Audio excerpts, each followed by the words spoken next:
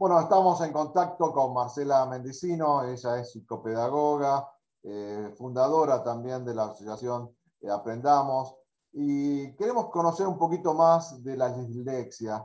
Esta semana se va a conmemorar el Día de la Dislexia y me parecía importante conocer un poco más y de qué manera las políticas públicas, las políticas en salud, atraviesan esta problemática y sobre todo porque hay varios actores que intervienen en ella. La educación, digamos que es el primer lugar donde se detecta esta situación, y también la salud pública. Y bueno, Marcela, un gusto poder charlar contigo. ¿Y qué nos puede decir de la dislexia? Un gusto charlar con todos. Hay varias, se abrieron varias puntas en lo que dijiste, ¿no? Uno, lo que nos parece muy interesante es plantear qué es la dislexia y qué no es la dislexia. La dislexia es un trastorno específico de la lectura. Con eso estamos diciendo que específicamente, puntualmente, está dificultado el acceso a la lectura y a la escritura. Es decir, son chicos con inteligencia normal, sensoperceptivamente están bien, que recibieron una adecuada educación, propuesta educativa, que no tienen conflictos o cuestiones emocionales que estén obstaculizando y sin embargo tienen dificultades en la lectura y en la escritura, ¿no? Porque están muy ligadas. Son chicos que entonces pueden aprender desde un montón de otros lugares, por eso es la importancia de la detección temprana. Una de las cuestiones que vos dijiste, ¿no? Es donde los docentes en las aulas deben ser los que reconozcan a estos niños, deben deben ser hábiles en un montón de síntomas que van mostrando.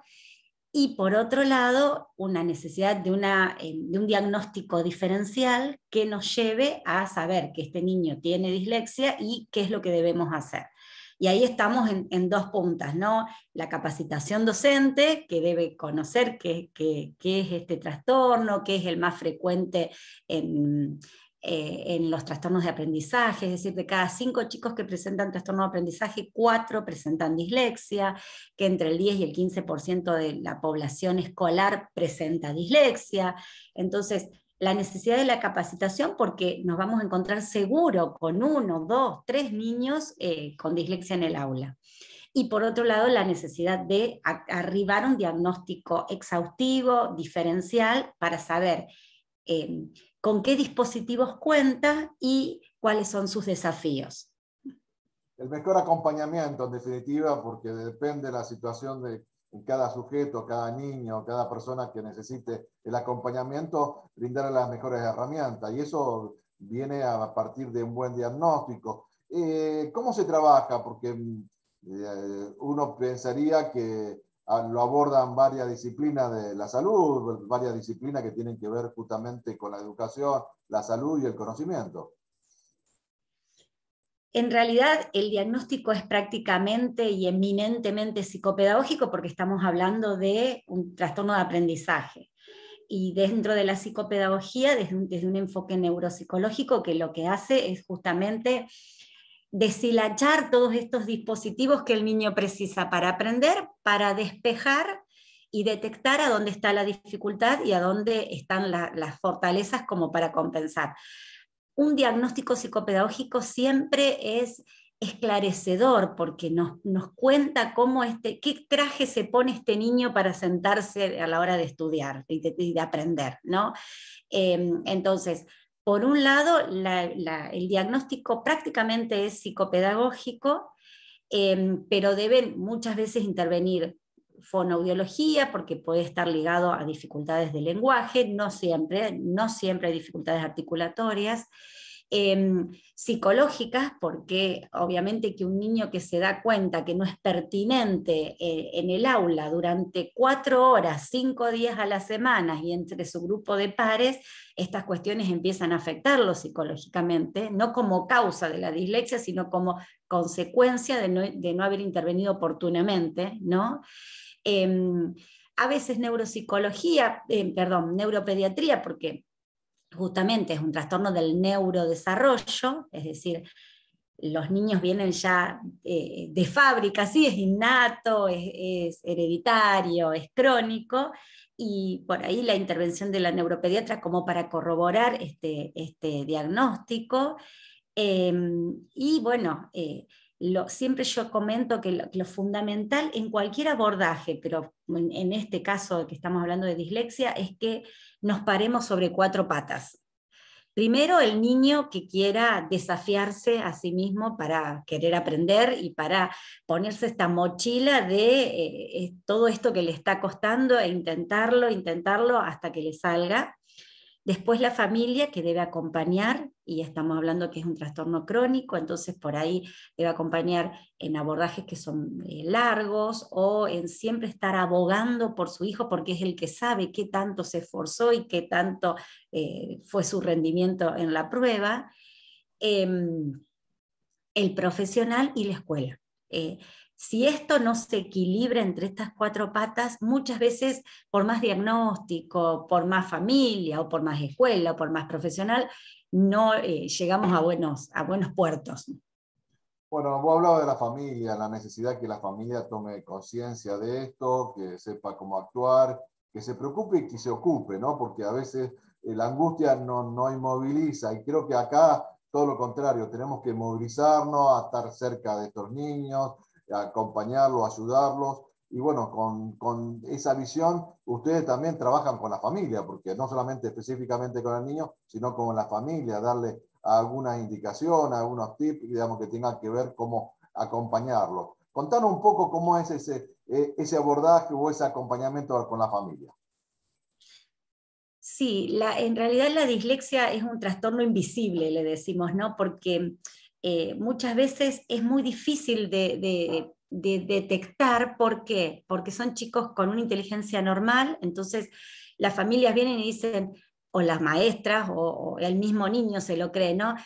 Soy vago, o no me gusta, soy irresponsable, soy apático, en realidad como para ponerse una coraza de esto que no le está saliendo. Y a la familia a veces le resulta difícil detectar en su hijo, cuando ya es el hermanito, ya llega mucho más temprano, pero detectar en este hijo que tiene dificultades en un proceso que es la alfabetización y que muchas veces algunos indicadores son esperables más tarde, ¿no? Entonces por ahí vienen y dicen, bueno, ya está aprendiendo a leer, pero está en 3er grado. Y bueno, ya había indicadores antes, ¿no? Entonces la familia viene, cuanto más tarde viene con una angustia de este niño, por más que lo intente, no puede, nos esforzamos todos, estamos toda la tarde trabajando, toda la tarde haciendo tareas y toda la tarde copiando lo de la escuela más la tarea que tengo y no alcanzo. Entonces vienen con esa angustia a consultorio o se acercan a aprendamos, ¿no? Y realmente el llegar a un diagnóstico oportuno, a un diagnóstico en el que esto que digo yo, que se deshilachan todas, se analizan todos estos dispositivos, es esperanzador, porque no le estamos diciendo, mirá, este niño no va a poder, este niño efectivamente, como dicen, es burro, es apático, es irresponsable, sino este niño tiene puntualmente, específicamente esta dificultad para la que vamos a trabajar de esta manera y eh, y devolverle eso también al paciente hace que eh, lo empoderemos, ¿no? Porque le damos la capacidad de saber a dónde tienen sus dificultades y cómo enfrentarlas y que no son generales. Entonces, siempre desde aprendamos, siempre la mirada es esperanzadora, porque justamente es una condición que afecta su modo de leer, su modo de aprender, su modo de ver la realidad, pero tiene un montón de dispositivos como para poder lograrlo. Además se habla de la neuroplasticidad, digamos que hay zonas que están afectadas, pero hay otras zonas que se desarrollan a partir de estas nuevas prácticas, estas nuevas formas de aprender, porque son necesarias nuevas formas de aprender, pero se logran objetivos. Estamos hablando que pueden ser profesionales, pueden tener una vida normal, sí que no los condiciona a futuro. Creo que eso también es una mirada esperanzadora, diciéndole que puede adquirir todas las habilidades como cualquiera de nosotros. Y me parece que también eso hay que destacarlo. Sí, sí, y cuando hacemos los talleres de padres en Aprendamos, aparecen padres con esa primera angustia, que qué va a pasar, que cómo vamos a transitar la primaria y después cómo va a ser la secundaria, y a la vez están los padres que ya lo pasaron a eso y que le muestran la luz al final del camino, que son chicos universitarios, que lograron lo que anhelaban, tienen un proyecto de vida. Muchas veces es mucha responsabilidad el pensar esto, ¿no? Como con un diagnóstico oportuno, que no estamos rotulando, estigmatizando, estamos contándole dónde están sus posibilidades, dónde están sus dificultades, cambiamos proyectos de vida, ¿no? Esta persona que se creía que no lo podía nada y que sabe que si desde una app escucha lo que está escrito y lo comenta con el amigo y después lo lee, le va a llevar más tiempo quizás esa información, pero lo va a lograr porque intelectualmente puede, porque a nivel razonamiento puede. Entonces, es mucha esta responsabilidad de pensar cómo tenemos que lograr esta concientización, lograr que se sepa qué es la dislexia, porque podemos cambiar proyectos de vida y podemos evitar fracasos, frustraciones, repitencias, deserciones. Y bueno, la última pregunta tiene que ver, Marcela, con las políticas públicas. Queremos saber si todas las obras sociales atienden esta patología o estas dificultades, y también de qué manera también el Estado, tanto nacional, provincial o municipal, también dan contención y dan servicio a esta situación de la dislexia. Porque las políticas públicas son responsabilidad del Estado y creo que también tiene que articular bien con el común de nosotros, ¿no? Eh, a ver, yo hace 12 años que empecé a dar charlas con la asociación, creo que la primera charla se llamaba Dislexia, un problema de varios, un compromiso de todos. Y realmente uno cuando conoce qué es la dislexia como profesional no puede sacarse nunca esa responsabilidad como madre, como chico, como paciente, y como Estado todavía nos cuesta, ¿no? Nosotros desde Aprendamos, cuando empezamos a dar las charlas, nos encontrábamos con que nos decían los papás, bueno, sí, todos esos síntomas que vos decís los tiene mi hijo, es disléxico, tiene dislexia. Y nosotros le decíamos, no, hay que hacer un diagnóstico diferencial, porque aparte no es poner el nombre, sino justamente hacer ese paneo de sus dispositivos potables y que están con dificultad para aprender. Bueno, ¿dónde voy a hacer un diagnóstico? Y a nivel estatal no hay. Hay por ahí en dispensarios, que hay psicopedagogas que son voluntarias, hay alguna que otra psicopedagoga en algún hospital, pero que trabajen puntualmente desde lo neuropsicológico, que es donde mejor se trabaja con dislexia, en los hospitales públicos en Santa Fe, no hay.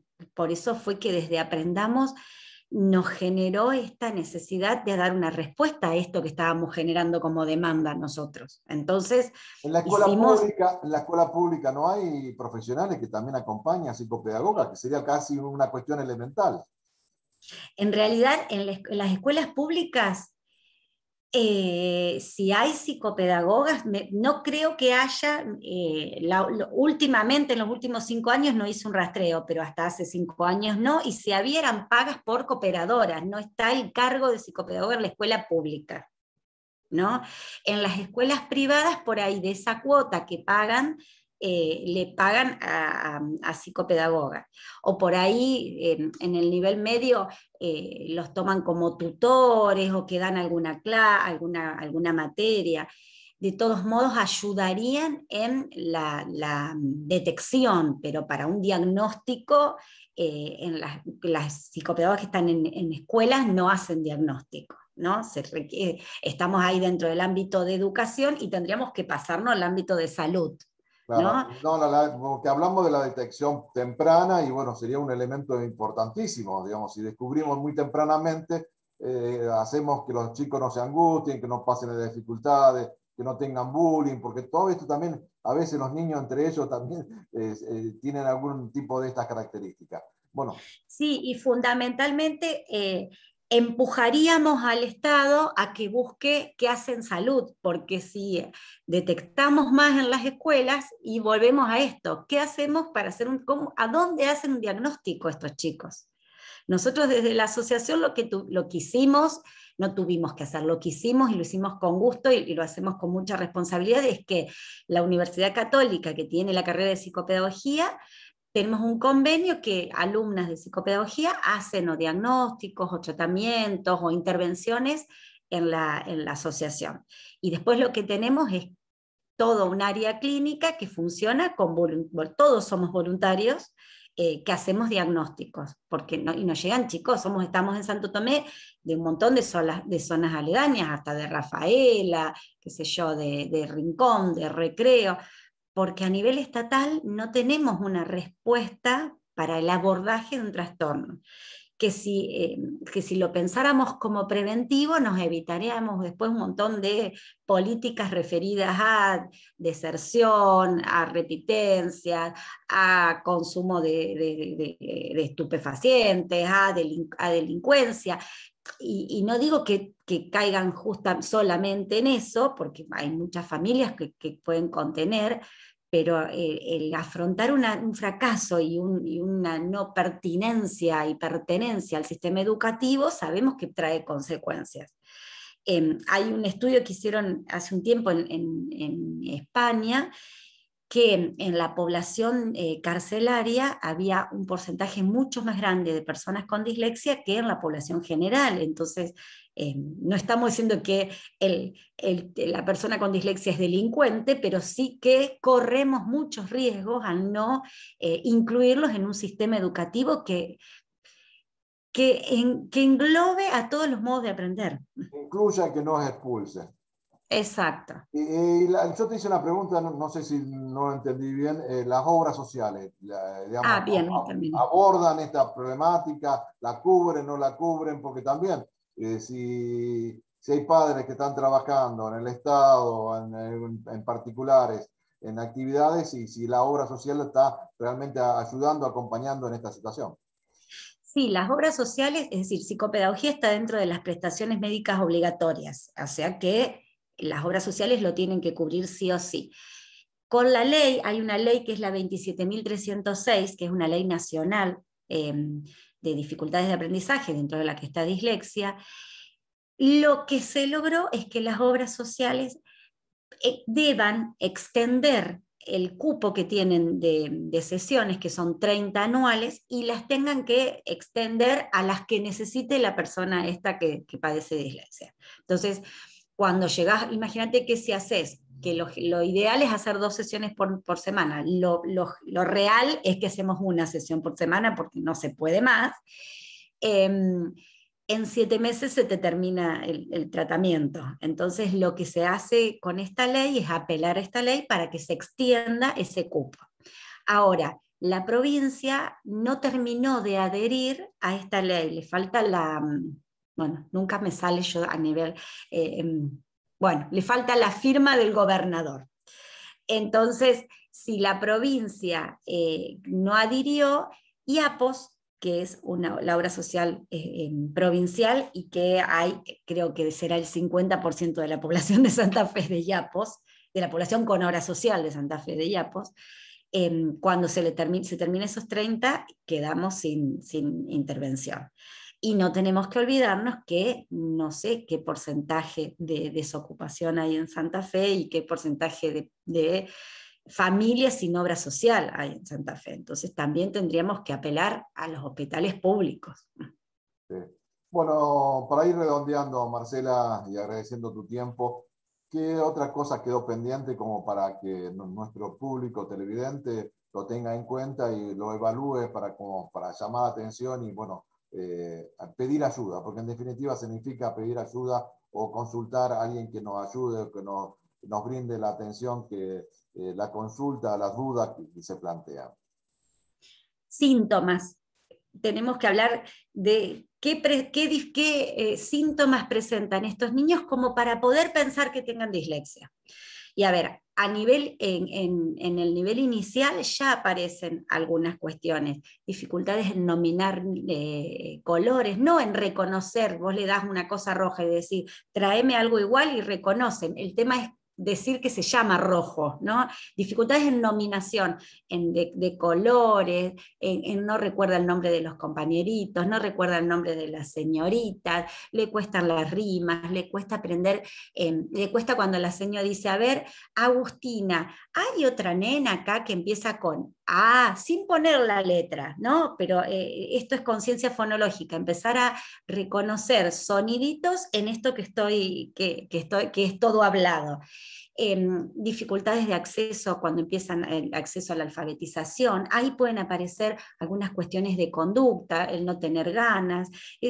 Cuando los chicos empiezan a leer, se fascinan por los carteles, no aparece esto en estos chicos. Bueno, la alfabetización les lleva más tiempo. La secuencia de los días de la semana, la secuencia de los meses del año, después el tema de las tablas. En la escritura omiten, sustituyen, invierten, juntan palabras, separan palabras. Todo eso en el primer ciclo los lleva a tener grandes dificultades en la comprensión.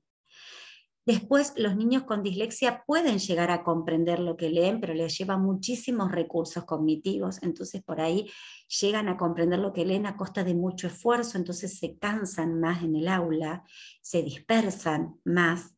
En las pruebas, cuando la mamá dice, pucha, estudió todo y yo sé que sabía este tema y sin embargo las respuestas son confusas, incompletas, dificultades para comprender por ahí las consignas, dificultades en técnicas de estudio, porque como tienen alguna dificultad en la comprensión lectora, a veces se basan excesivamente en la memoria lingüística para no llegar porque les lleva mucho tiempo.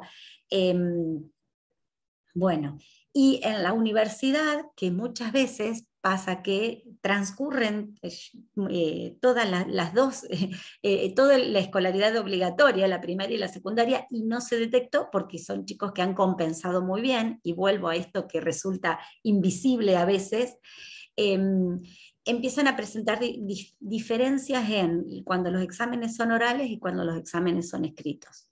Le lleva más tiempo. La persona con dislexia que ha compensado, los síntomas que persisten en el tiempo son los errores de ortografía y el tiempo que le lleva a leer. Entonces, por ahí no se dieron cuenta en la secundaria que les lleva más tiempo leer porque no es tanto el caudal de contenidos, porque manejan mejor los tiempos, pero en la universidad cuando empiezan con mucho caudal de contenidos, entonces ahí nunca llegan a completar, ¿no? Me parece interesante que si tienen hermanitos o padres con dislexia, que es un porcentaje muy grande de heredabilidad, hagan la consulta para que no le sumemos a esto cuestiones emocionales y vinculares. Bueno, Marcela, te agradezco nuevamente.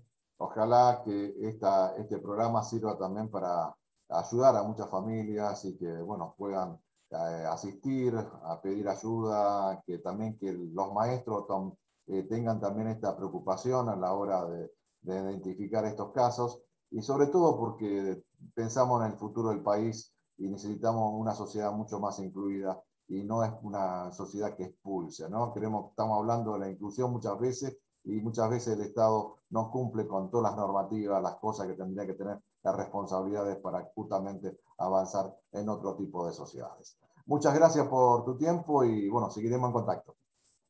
A ustedes esto de la difusión y de la concientización nos sirve un montón, así que a disposición. Bueno, muchas gracias. Gracias.